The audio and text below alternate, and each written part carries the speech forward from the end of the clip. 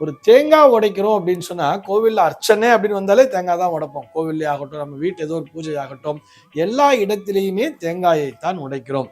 தேங்காயை உடைச்சிட்டு அந்த குடுமியை பிச்சு போடு அப்படின்னு சொல்றா இல்லையா?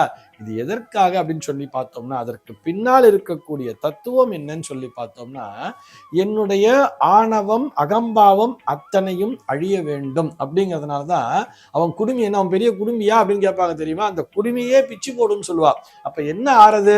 என்னுடைய கர்வம் முழுக்க அழிந்து விட்டது, உனக்கு முன்னால் நான் எதுவுமே இல்லை, நான் அந்த சமநிலையிலே இருக்கிறேன், உன்னிடத்திலே நான் சரணாகதி அடைந்து விட்டேன் என்பதன் வெளிப்பாடுதான் இந்த தேங்காயை உடைப்பது. தேங்காயை ஒரு தலையோடு ஒப்பிடுவார்கள். அதனால இதுல கண்ணு இருக்கு அப்படிங்கிறத வச்சிருப்பா, கண்ணு மூடிங்கிறத வச்சிருப்பா தெரியுமா?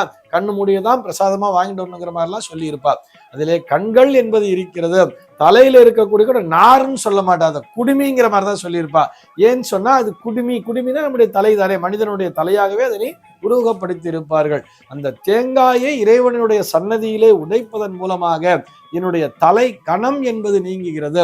நான் என்கின்ற அகந்தையானது என்னை விட்டு நீங்க விட வேண்டும் என்கின்ற அந்த பிரார்த்தனையைத்தான் காம குரோத லோப மோக மதமாச்சரியங்கள் என்னை விட்டு விலகிவிட வேண்டும், நான் தான் பெரியவன் அப்படிங்கிற அந்த கர்வம், அந்த ஆணவம் என்பது அழிய வேண்டும் என்பதற்காகத்தான் தேங்காயை உடைக்கிறோம்.